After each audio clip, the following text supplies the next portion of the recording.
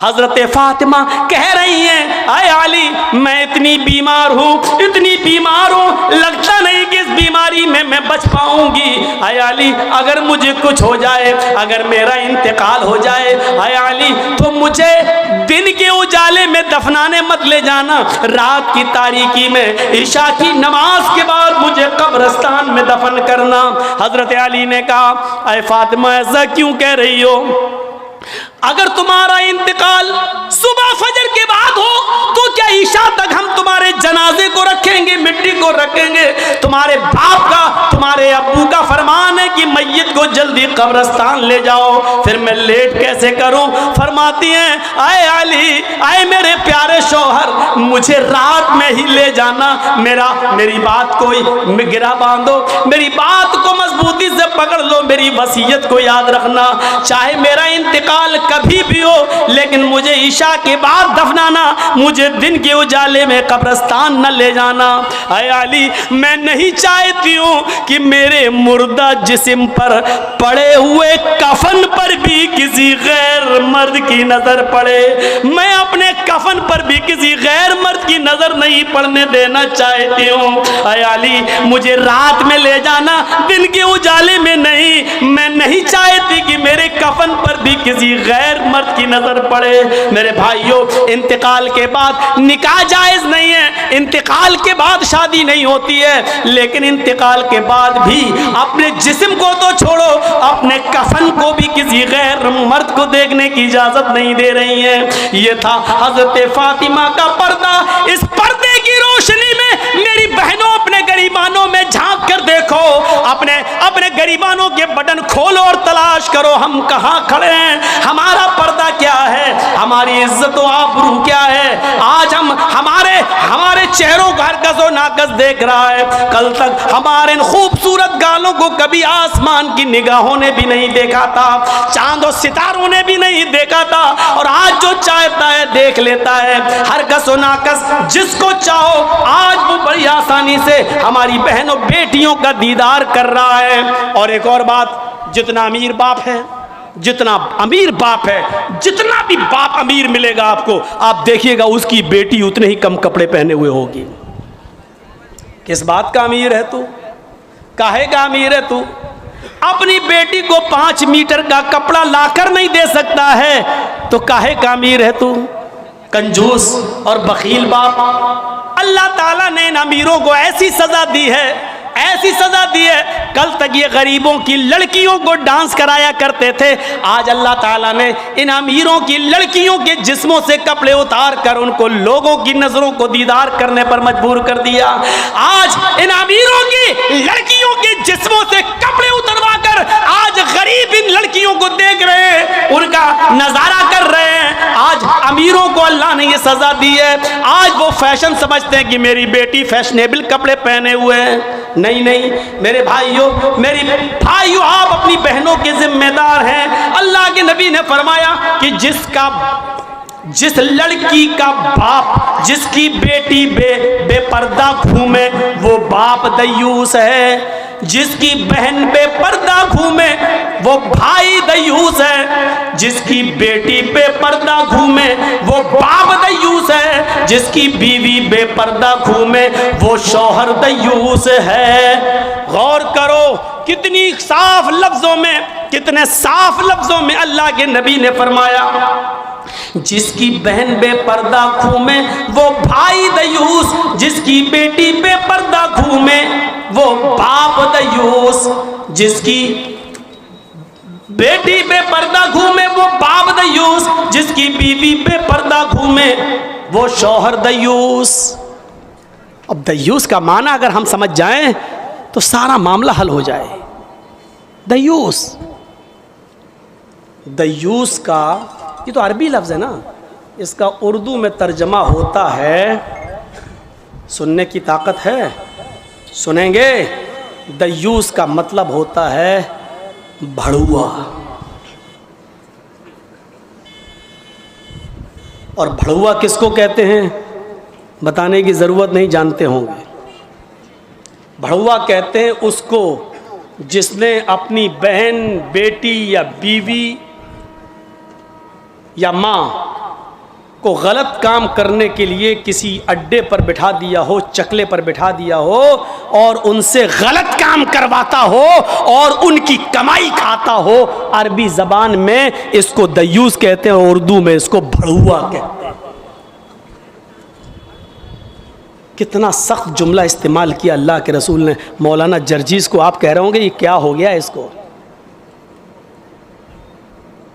अल्लाह के नबी ने कहा जिसकी मां बेपर्दा घूमे और बेटा अपनी मां की बेपर्दगी पर कुछ ना बोलता हो वो बेटा भड़ुआ। जिसकी बीवी बेपर्दा घूमे और शौहर अपनी बीवी की बेपर्दगी पर कुछ ना बोले वो शौहर भड़ुआ। जिसकी बहन बेपर्दा घूमे और वो भाई अपनी बहन की बेपर्दगी पर खामोश रहे वो भाई भड़ुआ। और जिसकी बेटी बेपर्दा घूमे और बाप अपनी बेटी की बेपर्दगी पर खामोश रहे वो बाप भड़ुआ। दयूस कह दो मौलाना चलेगा, भड़ुआ मत कहो, अच्छा नहीं लग रहा है। हम कब कह रहे हैं कि अच्छा लग रहा है? हमको अच्छा लगाना कब है? जब अच्छा ही लगने लगे तो फायदा क्या है? इंजेक्शन ऐसे लगाओ दर्द ना हो। बात साहब, ऐसा हो सकता है कि इंजेक्शन लगे और दर्द ना हो? इंजेक्शन भी लगवाना चाहते हो और दर्द भी नहीं चाहते हो, तब तो होम्योपैथिक दवा ले लो, मीठी गोलियां खा लो जो मरने के बाद फायदा करती है।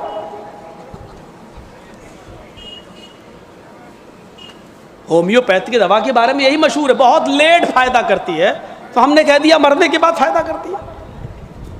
लेकिन सिस्टम मिल जाए तो जादू की तरह भी फायदा करती है, बहुत जल्दी भी करती है। तो जब आपको मीठी गोलियां ही खाना है होम्योपैथिक दवा, तो फिर मत कराओ तकरीरें, और तकरीर करा रहे हो तो सुनो, सुनना पड़ेगा। कितने लोग हैं आज जो अपनी बीवी की बेपर्दगी पर सवाल उठाते हैं? कितने ऐसे हैं जिनकी बेटियां आज बेपर्दा घूमती हैं और वो बाप अपनी बेटियों को डांटते हैं? अगर माँ बाप अपनी बेटियों को सही से जिम्मेदारी निभाने लगे तो आज एक भी लड़की के पास एंड्रॉयड मोबाइल ना हो। हमारी 18-20 साल की लड़की जिसकी शादी नहीं हुई घर पे रहती है, उसके हाथ में एंड्रॉयड मोबाइल चीख चीख के बता रहा है कि बाप की तरबियत में कमी है, बाप अपनी बेटी पर पूरा का पूरा हुक्मरान नहीं है, हाकिम नहीं है। या ये कह रहा है बेटी के हाथ में वो एंड्रॉयड मोबाइल चीख चीख के कह रहा है ये बाप ना कह रहा है, बेटी के आगे बाप की नहीं चल रही है, बाप मजबूर हो चुका है। मेरे भाइयों, अगर बाप मजबूर न होता तो बेटी के हाथ में एंड्रॉयड मोबाइल नहीं होता। क्या जरूरत है बेटी के हाथ में देने की? वो तो घर में रहती है, क्यों चलाएगी साहब? आपकी बेटी 18-20 साल की क्यों फेसबुक चलाएगी? क्यों व्हाट्सएप चलाएगी? क्यों मैसेंजर चलाएगी? और आप कैसे अपनी बेटी को फेसबुक और मैसेंजर और व्हाट्सएप चलाने के लिए ढील दे सकते हैं? कैसे? आपका ये दिल कैसे गवारा कर लेता है? आप जिम्मेदार हैं। हमारी ये बेटियां कल बच्चों की माएं बनेंगी, शादी के बाद इनको अपने बच्चों की तरबियत करना है। माँ के कदमों के नीचे जन्नत बताई गई है, हालांकि ये कोई हदीस नहीं है, एक मकूला है, लेकिन बच्चे अपने माँ के कदमों के नीचे जन्नत कैसे ढूंढें? ये आजकल की माँ के कदमों के नीचे जन्नत है? जिसको खुद नहीं मालूम कि कदम मेरे कहाँ हैं, उसके कदमों के नीचे बच्चे जन्नत ढूंढेंगे? हमें सोचना है, हमें अपनी बेटियों की तरबियत करना है। इमाम अहमद इब्न हंबल अपनी मुस्नद के अंदर एक वाक़या नकल करते हैं कि एक सहाबिया थी, उनके घर में एक बच्चा पैदा हुआ। एक सहाबिया थी, उनके घर में एक बच्चा पैदा हुआ। जब बच्चा पेशाब करता था तो पानी का लोटा उस बच्चे की शर्मगाह पे डाल देती थी। जैसे बच्चे ने पेशाब किया वो पानी लाती और शर्मगाह पे डाल देती। वो सहाबिया कहती हैं मेरा बेटा जब चलने के लायक हुआ, पहला दिन था उसका चलने का, पहला दिन था मेरे बेटे के चलने का, पहला दिन था मेरा बेटा खड़े होकर जब चला, मेरे बेटे को जब पेशाब की ज़रूरत महसूस हुई तो उसने पानी का बर्तन देखना शुरू कर दिया।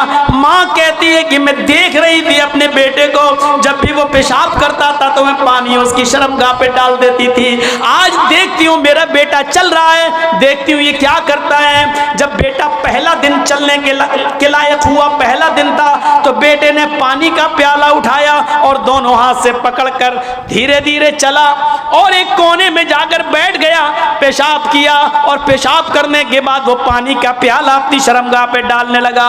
उसको इस्तिंजा करना नहीं आता था, उसको धोने का तमीज भी नहीं मालूम था, उसको पता ही नहीं, लेकिन वो वैसा ही कर रहा है जैसी उसकी माँ ने उसको बताया, जैसे उसकी माँ उसके साथ कर देती थी। वो पानी का प्याला उठाकर अपनी शर्मगाह पे डाल लिया और खाली प्याला लेकर अपनी माँ के पास आ गया। माँ की आंखों में आंसू आ गए, आसमान पर नजर डालकर कहती है फुज़्तु बिरब्बिल काबा, काबे के रब की कसम में कामयाब हो गई, अल्लाह की कसम में कामयाब हो गई। अपने बच्चे को जो सिखाना चाहती थी मेरे बच्चे ने वो सीख लिया, मैं अपने बच्चे को जो तरबियत देना चाहती थी मेरे बच्चे ने वो तरबियत हासिल कर ली। मुझे उम्मीद है कि मेरा बच्चा कभी नापाक नहीं रहेगा, मेरा बच्चा जब भी पेशाब करेगा तो पानी जरूर ले जाएगा और इस्तिंजा करेगा।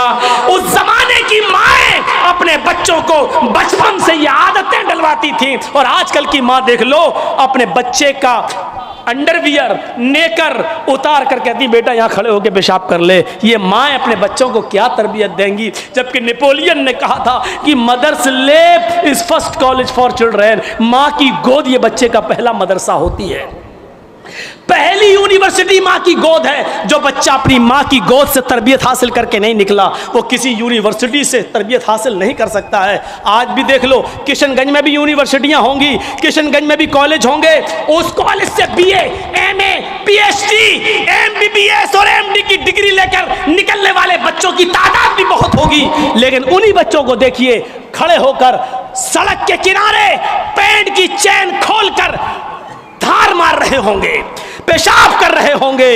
ये इन यूनिवर्सिटियों के फारिगीन स्टूडेंट हैं जो फारिग होकर निकले, जिनको MD करने के बाद MBBS करने के बाद भी पेशाब करने की अकल नहीं आई है। इनसे तो बेहतर वो कुत्ता है जो कम से कम पेशाब करता है तो एक टांग तो उठा लेता है ताकि उसके ऊपर छींटे ना आए।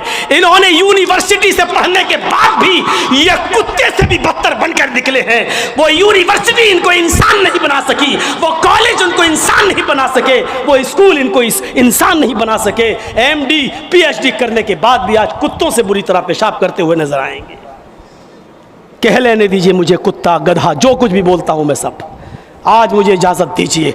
मेरे भाइयों कहो कि जानवरों की इजाज़त मत बोलो, हम लोग इंसान हैं। कुरान ने भी जानवरों की मिसालें दी हैं, उलाइका कल अनाम बल हुम अज़ल, ये चौपायों की तरह हैं बल्कि उनसे भी ज़्यादा गए गुजरे। कुरान ने कहा है ये चौपायों की तरह है बल्कि उनसे भी ज़्यादा गए गुजरे, उनसे भी ज़्यादा गए गुजरे। जब कुरान ने मिसाल दी है तो हम क्यों नहीं मिसाल दे सकते हैं? अपने बारे में सोचो सोचो। हैं अब्दुल कादिर जिलानी बगदादी रहमतुल्लाह अलैह की तारीख कौन नहीं जानता, जिनको आज लोग बड़े पीर साहब के नाम से भी जानते हैं, जिनके नाम पर 11वीं की बिरयानी की डेग भी बनाते हैं। वो अब्दुल कादिर जिलानी जब 12 साल के थे उनकी माँ ने उनको एक काफिले के साथ भेजा था, कहा बेटे हालात कितने भी सख्त हो लेकिन झूठ कभी मत बोलना। और जब चोरों ने और डाकुओं ने जब इस काफिले को लूटा तो इस बच्चे से पूछा अब्दुल कादिर से, तेरे पास भी कुछ है? उसने कहा हाँ है। कहा क्या है? 40 अशरफी। कहाँ है? मेरे कुर्ते के अस्तर में। अस्तर को फाड़ के देखा तो 40 अशरफी मिली। पूछा बेटा ये तो ऐसी जगह छिपी हुई थी किसी को पता नहीं, तूने क्यों बता दिया? लड़के ने जवाब दिया मेरी माँ ने मुझे चलते वक्त नसीहत की थी कि बेटा हालात कितने भी खराब हो लेकिन कभी झूठ मत बोलना। मैंने अपनी बात माँ की बात मानी है। चोरों का, डकैतों का, डाकुओं का असर खत्म होता है और रोने लगते हैं और कहते हैं ये बच्चा अपनी माँ की इतनी बात मानता है कि ऐसे मोड़ पर भी उसने अपनी माँ की नाफरमानी नहीं की, हम तो अपने रब की नाफरमानी कर रहे हैं। सारा सामान जो लूटा था सबको वापस कर दिया और सारे के सारे चोरों ने, डाकुओं ने तौबा कर ली। मेरे प्यारे साथियों, एक बच्चा जब अपनी माँ का फरमाबरदार बनता है और माँ की बात मानता है तो माँ की दुआ तमाम डकैतों को तौबा करने पर मजबूर कर देती है। मेरे प्यारे साथियों, ये माँ की तरबियत थी जिसने अब्दुल कादिर जिलानी को एक बुजुर्ग के रूप में पैदा किया है, एक बुजुर्ग के रूप में देखा है। ये माँ की तरबियत थी। और एक उस माँ की तरबियत पर नज़र डालो कि जब सुल्तान डाकू को फांसी हुई, जब सुल्तान डाकू को फांसी के तख्ते पर लटकाया गया तो उससे पूछा गया तुम्हारी आखिरी तमन्ना क्या है? उसने कहा मेरी आखिरी तमन्ना यह है कि मेरी फांसी मेरी माँ के सामने मुझे दी जाए। उसकी माँ को बुलाया गया, कहा तेरा बेटा तेरे आंखों के सामने मरना चाहता है। सुल्तान डाकू की माँ की आंखों में आंसू आ गए। पुलिस वालों ने पूछा आखिर माँ के सामने तुम क्यों मरना चाहते हो? उसने कहा ताकि मेरी माँ देखे मौत के वक्त पैर कैसे तड़पते हैं, हाथ कैसे तड़पते हैं और रूह कैसे निकलती है। कहा लेकिन तुम इसके लिए माँ को क्यों मजबूर करके लाए हो? फरमाया पुलिस वालों तुम नहीं जानते हो, जब मैं 8 साल का था, 10 साल का था, मेरी माँ ने मुझसे एक अंडा मंगवाया था। मैं एक दुकान पर गया था, मैं अंडा लेने गया था, लेकिन एक अंडा मैंने चोरी कर लिया था दुकानदार का और मैं उसको अपनी जेब में भर लिया था। फिर मैंने उसके पैसे नहीं दिए थे, वापस आ गया। मैंने जब वो अंडा अपनी माँ को दिया और पैसे भी वापस किए, माँ ने कहा क्या हुआ, अंडे वाले ने पैसे नहीं लिए? मैंने कहा नहीं, मैं अंडा चुरा लाया हूँ। तो मेरी माँ ने मुझे थपथपाया था कि बेटा हम लोग गरीब हैं, अच्छा किया तूने ये पैसा बचा लिया, किसी और काम आएगा। फिर यहीं से मुझे चोरी की आदत पड़ती है, मेरे हौसले बढ़ते हैं, फिर मैं डाकू बनता हूं। फिर मैंने लोगों का माल लूटा और जब लोगों ने नहीं दिया तो मैंने उनकी जानें ली। फिर मैं बहुत बड़ा लुटेरा बन गया और इतना बड़ा लुटेरा बना के पकड़ा गया और कानून ने मुझे फांसी की सजा दी। अगर मेरी माँ ने मुझे अंडा चुराते वक्त जब मैं घर पे लाया था उसी वक्त एक थप्पड़ मारा होता और अंडे वाले को देकर माफी मांग ली होती तो आज मैं इतना बड़ा चोर नहीं बनता, आज इतना बड़ा मैं डाकू नहीं बनता, आज मैं इतना बड़ा लुटेरा नहीं बनता। ये मेरी माँ की तरबियत थी जिसने मुझे फांसी के तख्ते पर चढ़ा दिया। मेरे भाइयों, मेरा भी वक्त हो गया है, इसलिए मैं थोड़ा सा बस जुमले ख़त्म करने वाला हूँ। आप थोड़ा सा बैठे रहिए, इसी तरीके से मोबाइल जलाए रहिए। तो मेरे भाइयों, माँ की तरबियत ही कुछ हुआ करती है। माँ चाहे तो अपने बच्चे को डाकू बना दे, माँ चाहे तो अपने बच्चे को अब्दुल कादिर जिलानी बगदादी की तरह बुजुर्ग बना दे। ये माँ की तरबियत होती है। तो मेरे भाइयों, 11:45 बज भी चुके हैं, 11:45 से तकरीर शुरू थी और 11:45 बज गए हैं। 2 घंटा मेरा तकरीबन हो भी गया है और जनरेटर की तेल भी ऐसी मौके पर ख़त्म होने को था। तो मेरे भाइयों, माँ की तरबियत से इबरत हासिल करो और रुकिए, अभी कोई नहीं उठेगा, रुकिए। ख़त्म करने से पहले मुझे एक गुजारिश आपसे करनी है, एक अहद लेकर उठो, एक अहद व पैमान लेकर उठो कि हम इंशाअल्लाह अपने बच्चों की अच्छी तरबियत करेंगे। इस वक्त मुल्क के हालात आप देख रहे हैं क्या है। इस वक्त यूपी के चुनाव को जीतने के लिए अब अयोध्या और ये सारी बातें की जाने लगी हैं और अब मथुरा वाली बातें भी आने लगी हैं सामने। यूपी के चुनाव को किस तरीके से भुनाया जा रहा है। और हमारे यूपी में एक साहब ऐसे भी हैं कि एक ने अगर ये कहा कि अयोध्या और ये तो झांकी है, अब जो है मथुरा की बारी है या मथुरा का नंबर है, इस पर नमक और तेल छिड़क कर एक साहब है वो और ज़्यादा उसको पॉपुलेशन करेंगे और ज़्यादा उसको बढ़ाएंगे, क्योंकि एक तरफ हिंदू हिंदू किया जा रहा है तो एक साहब है वो मुसलमान मुसलमान करेंगे। और इस तरीके से आने वाले चुनाव में एक बखेड़ा होने वाला है। ये भी हो सकता है कि आगे चलकर इस चुनाव में आखिरी जब लहर हो, आखिरी जब काउंटिंग हो, आखिरी जब वो वोट डालने का नंबर आए तो उस मौके पर कोरोना की तीसरी लहर भी आ जाए, क्योंकि ये सारी प्लानिंग ऊपर बैठती है, ऊपर होती है। कब कोरोना पैदा करना है, कब कोरोना गायब करना है, कहाँ लाना है, कहाँ नहीं लाना है, इसको यूपी में किस मौके पर लाया जाएगा, कैसे लाया जाएगा, ये सारी साजिशें हो रही हैं। ऐसे मौके पर हम मुसलमानों को एक प्लेटफार्म पे आना बहुत ज़रूरी है।